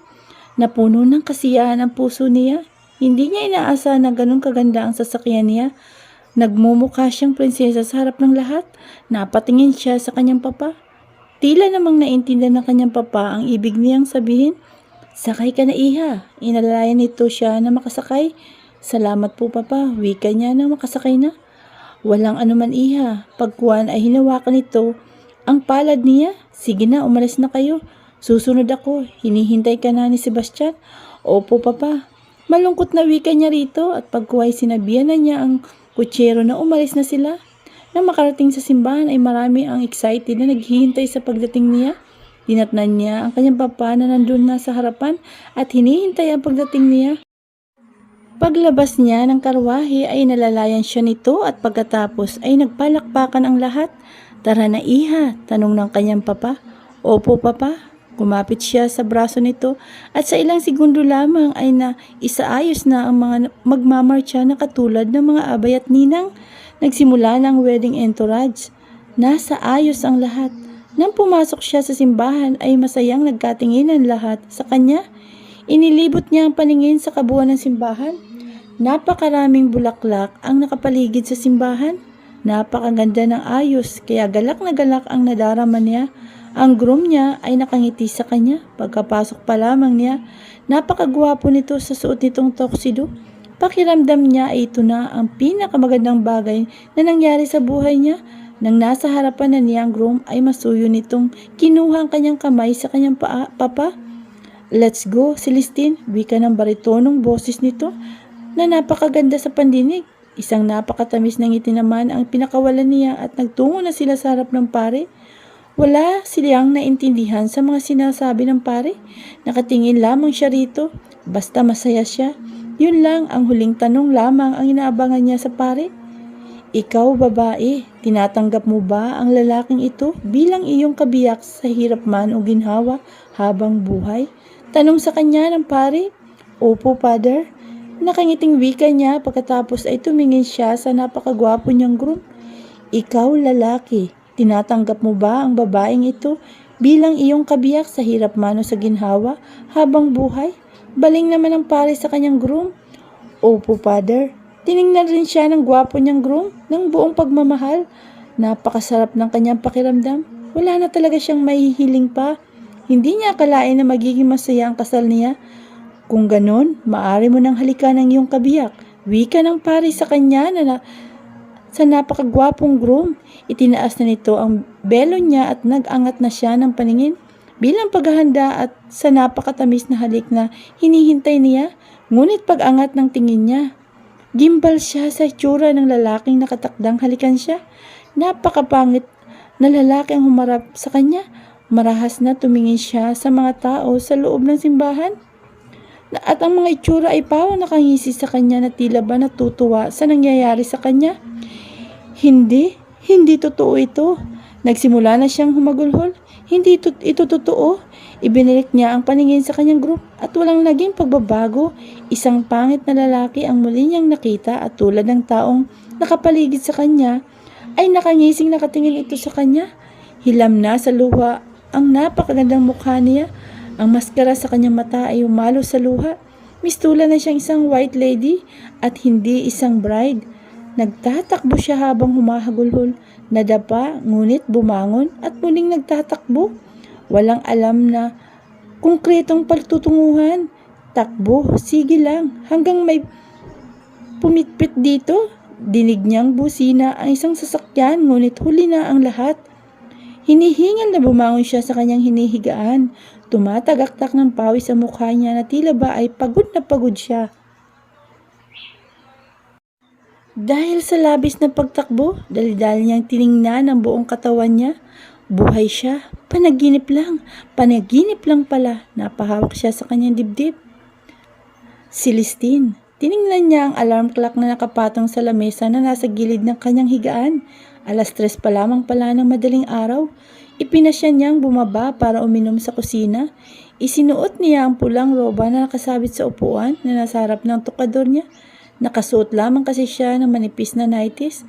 Binuksan na niya ang pinto. Nakapatay ang halos lahat ng ilaw, maliban sa teres at harap ng mansyon. Ginamit na lamang niya ang flashlight para makita ang dinaraanan. Bumaba na siya ng hagdanan. Grabe ang panaginip niya na yun. Patong-patong na kamalasan. Namatay pa yata siya sa huli. Napaisip tuloy siya kung may masamang ibig sabihin ba ang panaginip niyang yun. Sa bagay, bakit pa ba niya itatanong yun sa sarili? Malamang nang ibig sabihin ng panaginip niyang yun ay ang kasal. Kasal niya, bangungot ang araw ng kasal niya. Binuksan niya ang refrigerator at kinuha ang isang pitsil na may laman na tubig. Kumuha na rin siya ng baso sa istante at inilapag sa mesa. Nilagyan niya ang baso ng malamig na tubig mula sa pitsil at agad na tinungga iyon. Tila naibsan ang pamamawis niya. Naglagay siya ulit ng tubig sa baso at tinungga. Medyo bumuti na ang pakiramdam niya. Napasandal siya sa lababo at mariina na papikit. Ipinasya na niyang muling pumanhik sa kwarto niya. Sinikap niyang kunin muli ang tulog at swerte naman na nakatulog siyang muli. Pagring ng cellphone ang nagpagising sa kanya. Kinapa niya ang cellphone na nasa unan niya. Na makita niya ang caller sa screen ay nawala ang antok niya. Si Dancel ang tumatawag. Bumangon siya at sinagot ang tawag. Hello honey, agad na wika nito sa kabilang linya. Hi, good morning honey, sagot niya sa malambing na tono. Mamaya ha, don't forget, paalala niya rito. Actually, ang tungkol nga sa bagay na yun ang itinatawag ko honey. Bakit, may problema ba? Ano kasi, biglaan lang ang pag-guesting ko sa Cebu. Ah, okay. Yun lang naman pala. Nagpaalam ito sa kanya bilang isang girlfriend nito nang ma-realize niya ang ibig nitong sabihin. Cebu? Ang layo nun ah. Napalakas ang boses niya. Sorry, I mean lang is malayo yun, Han. Oo nga eh, bali hindi naman tayo matutuloy mamaya. Ha? Nagpanik na siya? Paano na ang plano? Paano na ang plano kung pupunta ito ng Cebu? Nagpapanik niya siya sa kanyang sarili. Babalik din naman ako agad. Kailan? 5 days ako roon. Sa halip ay sagot nito. 5 days? Oo, tika. May problema ba? May problema ba tayo? Hindi na itinago ni Dancel ang pagkairita sa boses. Kanina pa kasi niya nahihimigan sa dalaga na parang ayaw nito na pumunta siya ng Cebu.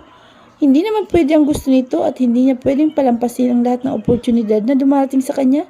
Pasikat na siya. Kahit na maganda ang dalaga at type niya, ay wala itong karapatan na pigilan ang anuman na gagawin niya. Mabuti nga At sinabi pa niya rito ang gagawin. Kung ngayon pa lang ay nagiging hadlang na ito sa pangarap niya, ay mabuti pa siguro na iwasan na lamang niya ito. Hindi lang naman ito ang babae sa mundo. Marami kayang nagkakandara pa na kababaihan sa kanya ngayon. Napaurong naman bigla ang dila ni Celestine ng hantaran na iparinig sa kanya ni Dancel ang pagkairita sa kanya. Nakagat niya tuloy ang kanyang labi. Sorry, nabigla lamang ako. Excited lamang kasi ako na makita kang muli. Okay. Wika ni Dancel na sa dalaga. Maganda naman pala ang rason nito. Iba talaga ang sikat at gwapo sa loob-loob niyang wika. Pupunta na lamang kita agad kapag nakabalik na ako. Pakonsuelong wika niya sa dalaga.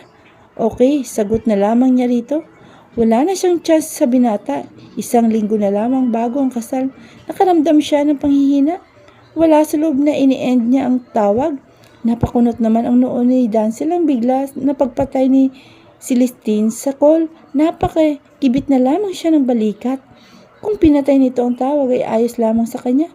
Wala nang dahilan para muli pa niya itong tawagan. Ano na ang gagawin ko? Kausap niya sa sarili. Tumingin siya sa kanyang cellphone. Pagkuhan ay nasa bunot niya ang sarili. Pesting buhay to. Naiinis na himutok niya. Kapag minamalas ka nga naman, sunod-sunod pa. Ipinasya na lamang niyang tawagan si Mika. Hello best, wika ni Mika sa kabilang linya. Kasalukuyan itong nasa garden at inaayos ang ginagawang resume sa kanyang laptop habang umiinom ng kape. Wala nang pag-asa. Halos maluhaluan niyang wika sa kaibigan na si Mika. Wait, anong walang pag-asa? Ang pinagsasabi mo ha, best? Si Dancel, pupunta ng Cebu mamaya, 5 days siya ron. What? Wala na, patay na ang plano natin. Ganun ba?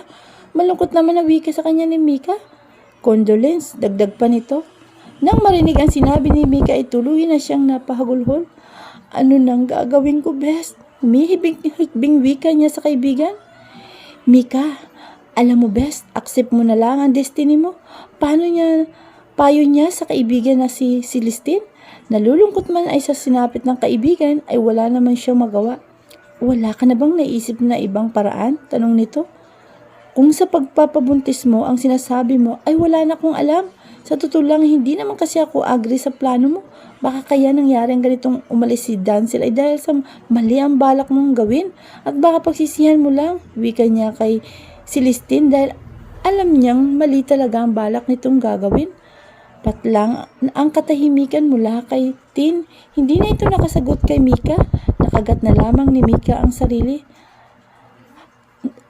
niyang labi. Ayaw sana niyang magkakagalit sila ng kaibigan hanggat maaari.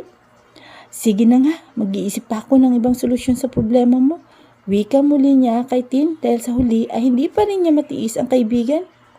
Nakikinikinita niya kasi ang itsura nito at kung sakaling magkaharap sila nito na ngayon sa pagkakataong ito, maganda ito pero kapag ganito na may problema ito ay para itong basang sisiw. Nakakaawang mukha. O siya, mamaya na lamang. Mula iwika niya kay Tin. Naririnig na naman kasi niya ang pagpasok ng ilang sasakyan sa bakuran nila. Dumating na naman ang barkada ng kuya niya. Pinagbuksan na siguro ito ni Aling Ditas. Isa sa kasambahay nila. Mabuti pa na magkulong na lamang siya sa kwarto niya.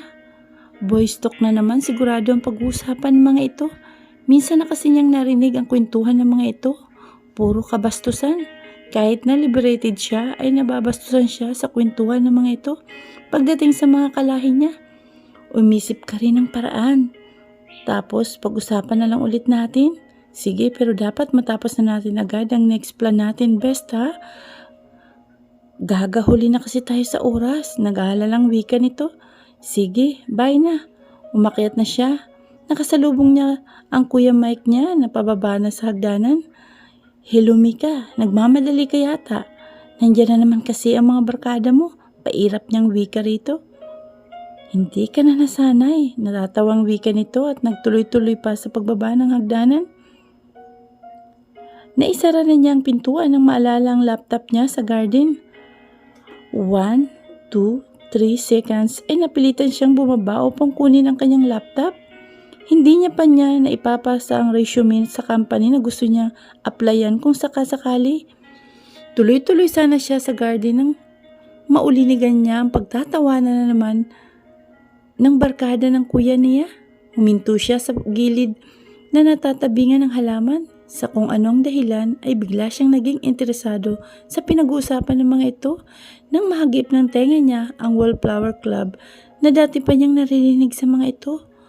Mga mayayaman daw ang mga members ng naukturang club plus mga gwapo halos. Naintriga siya bigla. Ano na pare? Kailan kaya tayo magpapamember sa club? Dinig niyang tanong ni Adrian, kabisado niya ang boses ng mga barkada ng kuya niya, kaya alam niya kung sino sa mga itong nagsasalita. Open sila ngayon for membership, dagdag pa nito. Napakamahal naman kasi ng membership dyan pare, sagot naman ni Emmanuel. Sulit naman kasi ang membership pare, ako nga kakarenew ko lang ng membership ko. Maganda ron, safety is the best policy talaga. Kesa nagpupunta kayo sa nagkalat na club dyan na kung sino-sinong babae lang ang kinukuha, I suggest doon na kayo sa safe. Hindi pwede si Emmanuel dyan, pare. Singit naman ni Kuya Mike niya habang tumatawa ng nakakaloko. Hindi nga ba at bawal ang pangit diyan? Tarantado ka pare, sagot ni Emmanuel sa sinabi ng Kuya Mike niya. Hindi ako pangit. Lihim siyang natawa sa usapan na magbabarkada. Oo nga naman pare, hindi naman pangit si Emmanuel. Grabe ka, exotic lang. Nagtawa na naman ang mga lahat sa tinura ni Darwin. Tarantado kayong lahat. Hindi ako mapapabilang sa grupong ito kung hindi tayo pare-pareho ng itsura. Pero seryosong usapan mga pare. Magpa-member na kayo. Wika muli ni Adrian. Bakit ba pilit mo kaming sinasali dyan pare? Tanong ng Kuya Mike niya. May recruiters fee ba dyan? Siyempre wala. Grabe kayo. Marami akong pera para pag-interesan ko ang recruiter's fee. Hindi ako mapapabilang doon. Kung poor ako. Mayabang na wika nito sa mga kasama. Gusto ko lang na makasama ko kayo na mag-happy-happy sa club. Doon nakakasiguro kayong safe ang mga alaga nyo dahil sa policy nila. Hindi makakapasok ang may AIDS at HIV plus high-end ang mga babae roon. Hindi basta-basta. Plus legit, walang raid. Tapos malapit pa rito sa atin. Hindi nyo na kailangan na lumabas ng probinsya. Mahabang pahayag ni Adrian sa lahat. Pag-iisipan namin pare, wika ni Emmanuel. Bilisan nyo lang mga pare, limited lang ang slot na in-open nila ngayon. May mga pasabog kasi sila ngayon. May mga artistang members na sa club. Who knows kung isa sa mga pinapangarap nyo sa telebisyon ang nandun na. Kaysa ina-imagine nyo lang, pwede naman na mahawakan nyo ng personal. Dagdag pa ni Adrian na may bahid na mali siyang boses. At hindi siya inosente para hindi niya maintindihan ang ibig nitong sabihin. Mulat na rin siya sa sinasabi nito. Nagkalat ng porn movies at sex scandals. Plus may experience na rin siya sa sinasabi nito. Naisip niya, grabe, may ganun pala talagang club. Anong ibig sabihin nito na may artista na member? It means jackpot. Jackpotan kung sakali na mapapatapat sa iyo ang artista. Nagulat pa siya nang biglang sumulpot sa harapan niya si Darwin. Nakangising tiningnan siya nito mula ulo hanggang paa. Huy, kanina ka pa ba riyan? Tanong nito sa kanya. Hindi naman. Actually, kadarating ko lang. Kukunin ko yung laptop ko. Nakalimutan ko lang eh. Tila hindi kumbisido na wika nito sa kanya. Yung laptop mo ba? Nasa upuan. Itinabi ng kuya mo.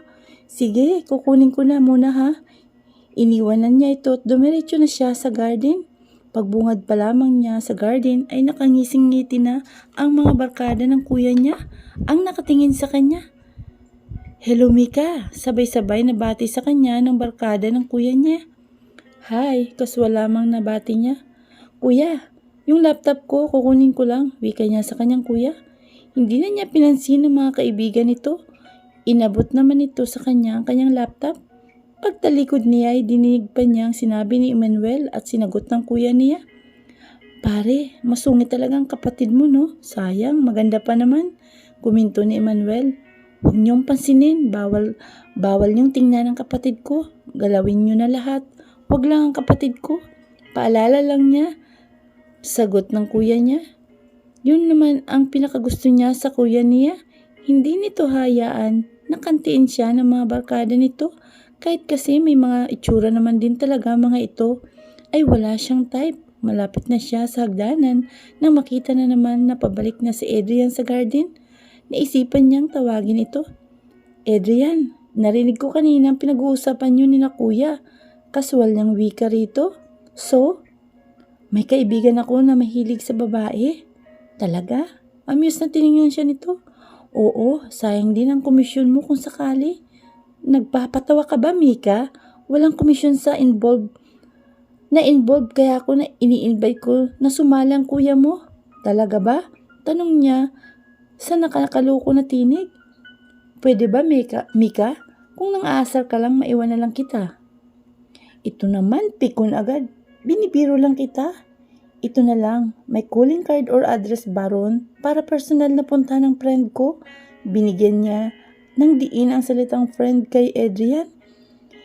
Hindi sila nag-i-entertain ng walk-in doon, Mika. Kakailanganin nyo ang referral ng isang member sa club bago kayo makapasok doon. Exactly, kaya hinihingan kita ng calling card mo para yun ay ipapakita ng kaibigan ko. Kunot ang noo na nakatingin lamang si Adrian sa kanya. Tila pinag-aralan nito kung nagsasabi ba siya ng totoo. Pinagtitripan mo ba ako? Mukha ba akong nagtitrip? Nasaan ba? Oh, nasaan na? Bilisan mo. Hinihintay ka na nila kuya ron, oh. Grabe ka, Mika. Anong grabe? Ayaw mo pa may komisyon ka eh. Wala nga akong komisyon sa bagay na yan. Sabi na eh. Ano ba? Bakit ka ba napipikon? Nakangising wika niya rito. Hindi ako napipikon. Kung gano'n, nasaan ang calling card?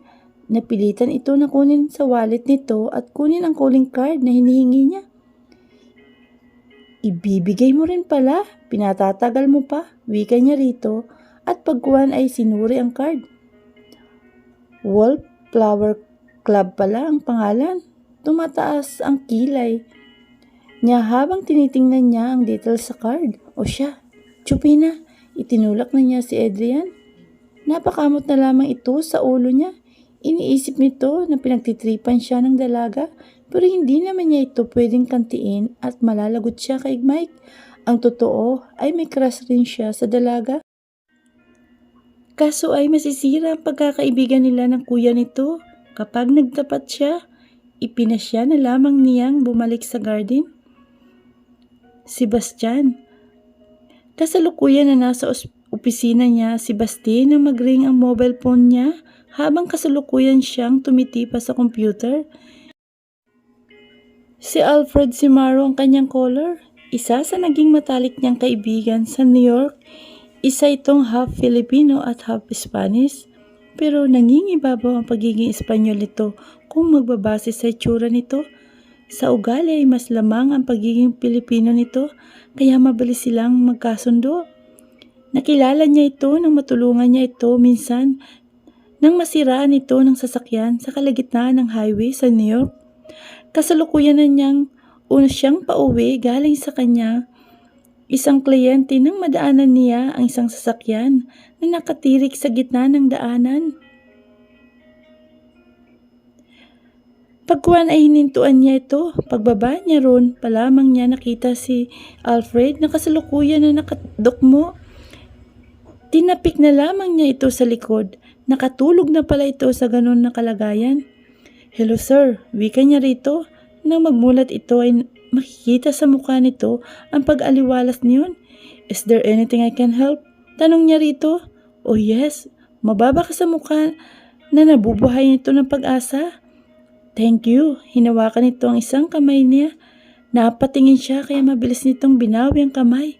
Sorry, I'm just glad that finally someone attempted to help me.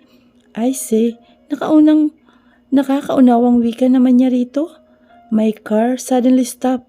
It's been 3 hours since I was looking for someone who can help me fix my car, but nothing came and attempted to help me. I'm already tired of calling for help. Sorry to hear that, sir. So would you like me to find out what was the car's problem? Tanong niya rito. Of course, please. Okay, I will just get my tools, wika niya rito, at kinuha sa loob ng kotse ang kanyang gamit. Nakaugalian na niya na dalhin kahit saan niya siya magpunta ang mga gamit niya sa sasakyan. Mahirap kasi ang bigla ka na lang masiraan sa daanan. Pati mga spare parts ay lagi siyang may dalang extra. Pagbalik niya ay amis itong nakatingin sa kanya.